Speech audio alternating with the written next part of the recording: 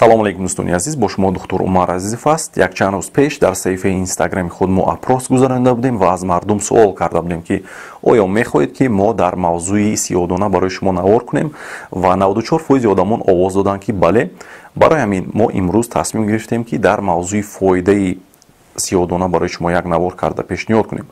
Ягона хоҳиши ман аз шумо ин аст ки ҳатман дар зери ҳамин навор дар комментария нависед ки оё шумо ягон маротиба сиёҳдона ё равғани он ё ин ки капсулаи онро ягон маротиба истифода бурдаед ё ин ки не. Барои ман донистани ин бениҳоят муҳим аст дӯстони азиз. Инчунин бисёриҳо боварӣ дорам ки пас аз ин навор мепурсанд ки доктор аз куҷо мо равғани сиёҳдонаро ё ин ки худи онро ба қавли оригиналашро аз куҷо ёбем,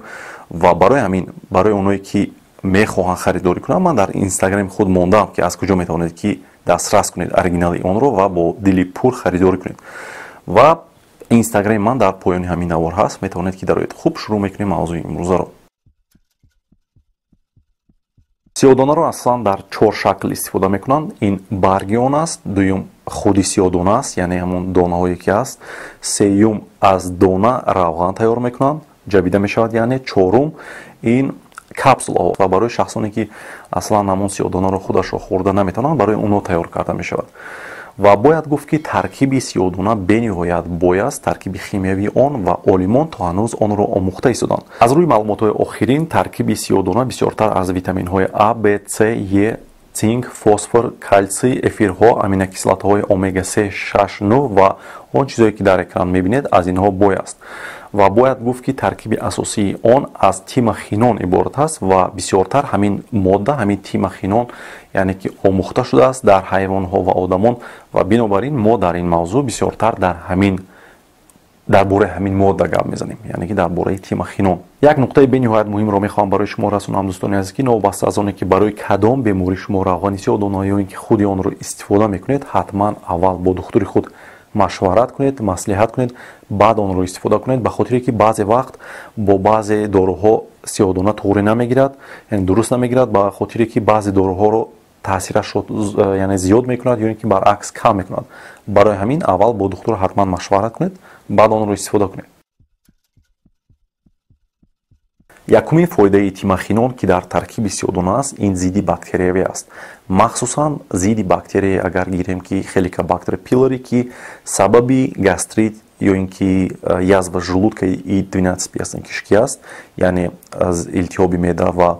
захми меъдаву рӯда, зидди ин бактерия бениҳоят гӯем эффекти хуб дорад, яъне хусусияти куштани ҳамин бактерияҳоро дорад.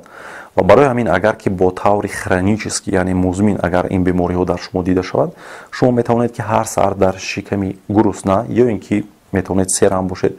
як қошуқча онро метавонед ки истеъмол кунед. баъзе вақт аз сабабе ки бениҳоят зиёд одамон антибиотикаҳоро зиёд истифода мекунанд, баъзе бактерияҳо дар бадани мо резистент мешаванд, яъне ба антибиотикҳо дигар ҷавоб гуфта наметавонанд. барои ҳамин дар ин ҳолатҳо метавонед ки равғани сиёҳдонаро низ истифода баред. чӣ хеле ки гуфтам, тимохинон эффекти бениҳоят хуби зидди бактериявӣ дорад ва инчунин барои баъзе бемориҳои замбурғӣ ё ин ки замбурғ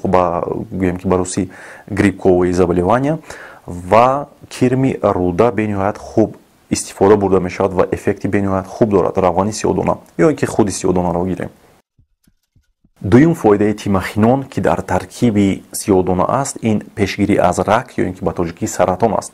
барои инро исбот кардан ҳамон тимохинон ки антиоксиданти бениҳоят хуб аст, як гурӯҳ ҳайвонҳоро гирифта ба ду қисм тақсим кардан, ба қисми якум тимохинон додан ва ба қисми дуюм тимохинон надодан, ва баъдан бо як канцероген, яъне як чизе ки ба рак оварда мерасонад, ба ҳар ду ин гурӯҳ таъсир кардан ва гурӯҳе ки тимохинон намегирифт зиёдтар ба саратон ё ин ки ба рак гирифтор шуд назар ба гурӯҳе ки тимохинон мегирифт. ва аз ин ҷо ба хулоса омадан мумкин аст ки тимохинон яъне хусусияти зидди саратониам дорад, яъне пешгирӣ аз саратон низ мекунад. сеюм сиёҳдона ё ин ки тимохинон бениҳоят хуб кӯмак мекунад зидди бемориҳои артрит, яъне ба забони тоҷикӣ гӯем агар буғумдардҳо, илтиҳоби буғумҳо. ва тимохиноне ки дар таркиби ҳамин сиёҳдона аст, метавонад ки дар бадани ҳамин шахсони бемор правоспалительни цитокинҳоро кам кунад ва бемор шифо ёбад. барои ҳамин ин шахсонҳо ҳам метавонад ки истифода баранд. чорум сиёҳдона метавонад ки глюкозаи хун яъне қанди хунро паст кунад ва барои ҳамин барои шахсоне ки бемории қанд доранд новбаста аз он ки сахарный диабет первого типа ё ин ки второго типа аст метавонед ки аз ин истифода баред яъне аз сиёҳдона агар шумо ҳар рӯз ғайр аз он доруҳое ки барои ин бемории худ мехӯред 2 грамм ҳар рӯз агар ки сиёҳдона истифода кунед ин метавонад ки глюкозаи хуни шуморо паст кунад. Инчунин сиёҳдона метавонад ки ғадуди зери меъдаро муҳофизат кунад ки ин ҳам метавонад ки сабаби пешгирии бемории қанд ё ин ки дигар бемориҳои ғадуди зери меъда яъне гӯем ки панкреатит ё ин ки саратони он шавад. ва барои ҳамин агар шахсоне ки дар оилаи худ аҳамият додага ҳастанд ки зиёд бемории қанд дида мешавад ё ин ки ягон проблемаҳои дигари ғадуди зери меъда барои шумо тавсия медиҳам ки ба таври профилактикӣ ҳар рӯз аз равғани сиёҳдона ё ин ки худи сиёҳдона истифода кунед. панҷум фоидаи сиёҳдона ин зидди саратон ё ин ки рак мебошад, махсусан зидди саратони сурхруда, меъда, рудаи борику рудаи ғафз, ғадуди зери меъда, бачадон, бемории яъне саратони шуш, саратони намедонам устухон ва хун ва ғайраҳо. ҳамон тимохиноне ки дар таркиби сиёҳдона аст сабаб мешавад ки ҳамон обхӯл яъне ҳамон образование дигар ракҳои нав ба вуҷуд наоранд яъне ракҳои хунгард ва ин метавонад ки сабаби пастшавӣ яъне камшавӣ ҳамон ҳаҷми ҳамон обхӯл шавад ва инчунин тимохинон метавонад ки сабаби нобудшавӣ ба худ нобудкунӣ сар намудани ҳамон обхӯл шавад яъне он сабаб мешавад ки худашро нобуд кунад ҳамон обхӯл. шашум сиёҳдона бениҳоят зидди аллергия ва зидди бемориҳои аутоиммунӣ бениҳоят хуб мебошад ва барои ҳамин барои шахсоне ки гӯем ки бемориҳои аллергический ринит, аллергический бронхит ё ин ки бронхиальная астма ва дигар аллергияҳо гӯем ки аз дигар хӯрокҳо низ доранд метавонанд ки сиёҳдонаро истифода кунанд. махсусан агар гирем ки бронхиальная астма дар ин ҳолат агар шумо онро истифода кунед ин сабаб мешавад ки медиаторҳои воспаление ки ҳосил мешаванд ва сабаби бронхоспазм мешаванд яъне танг шудани роҳи нафас мешаванд ҳамонҳоро кам мекунад ва ин сабаб мешавад ки ҳамон роҳҳои нафас бронхҳо кушода шаванд ва шумо нафаси озод кашед дуруст нафас гиред ва барои ҳамон шахсоне ки зиёд ингаляторҳо истифода мебаранд яъне дар ҳолатҳои бронхиальная астма вақте 2-3 моҳ агар ки равғани сиёҳдона ё ки сиёҳдонаро худашро истифода баранд баъди 2-3 моҳ метавонанд ки ҳамон дозаи ҳамон доруҳое ки дар ингаляторҳо истифода мекунед метавонед ки дозаи онҳоро пасттар кунед. ҳафтум фоидаи равғани сиёҳдона ин зидди простатит аст ва чӣ хеле ки фаҳмондам тимохинон ин эффекти противовоспалительный дорад яъне зидди илтиҳобӣ ва барои ҳамин бо духтури худ албатта ки аввал маслиҳат кунед ва баъдан метавонед ки онро истифода кунед ва ҳамроҳ бо доруҳое ки духтур барои шумо менависад ва ин метавонад ки яъне ки ҳамон процесси сиҳатшавии шуморо зудтар кунад.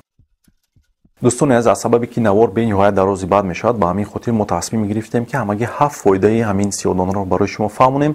ва насиб бошад фоидаҳои дигарро қисми 2 гуфта як навори дигар мекунем ба хотире ки сиёҳдона боз ба системаи асаб дилу рагҳо ба системаи шоша яъне ба гурдаҳо бениҳоят фоидаи калон дорад насиб бошад як навори дигар мекунем навор агар ки ҳар гӯем фоидаи онро барои шумо фаҳмонем навор бениҳоят дарози бад мешуд. хуб акнун дӯстон мефаҳмонам ки шумо сиёҳдонаро чӣ хел метавонед ки истифода кунед яъне истеъмол кунед. агар худи сиёҳдона бошад яъне ки агар ҳамон донаҳои он бошад шумо метавонед ки онро ҳар рӯз 2 граммашро пеш аз хӯрок хоида хӯред вале агар ки равғани он бошад шумо метавонед ки ҳар рӯз ҳар саҳар пас аз намедонам 1 соат 2 соат пас аз хоб бедор шудан яъне гӯем ки дар шиками гурусна 1-2 қошуқчаи хурд яъне чайная ложка метавонед ки онро истифода баред метавонед 2-3 моҳ истифода кунед ва 1 моҳ гӯем танаффус кунед ва баъдан давом диҳед вале агар ки 1 қошуқчаи майда хӯред агар 1 қошуқчаи гӯем ки чайная ложка шумо метавонед ки бетанаффус онро давом додан гиред. агар барои шумо хӯрдани сиёҳдона худаш ё ин ки равғани он барои шумо мушкил бошад қим бошад шумо метавонед ки ҳамон равғани сиёҳдонаро дар шакли капсула дастрас кунед ва ман аллакай дар аввали навор фаҳмондам ки дар инстаграми ман ҳаст ва фаҳмондагӣ ҳастам ки аз куҷо метавонед ки дастрас кунед. ягона маслиҳати ман ин аст ки дӯстони азиз ҳангоме ки шумо ҳамон равғанро мехаред аҳамият диҳед ки халотни оджим бошад ба хотире ки вақте ки онро гарм мекунанд ва равған тайёр мекунанд дар ин ҳолат бисёр вақт хусусиятҳои ҳамон равған равғани сиёҳдона гум мешавад. хуб дӯстони азиз дар ин ҷо навор ба анҷом мерасад фикр мекунам ки ҳамон маълумотҳое ки зарури буданд мо тавонистем ки барои шумо расонем аз шумо хоҳиш мекунам ки ҳатман ҳамин наворро ба ёру дӯстони худ равон кунед ва худованд ҳеҷ гоҳ бемор нашавед. хайр.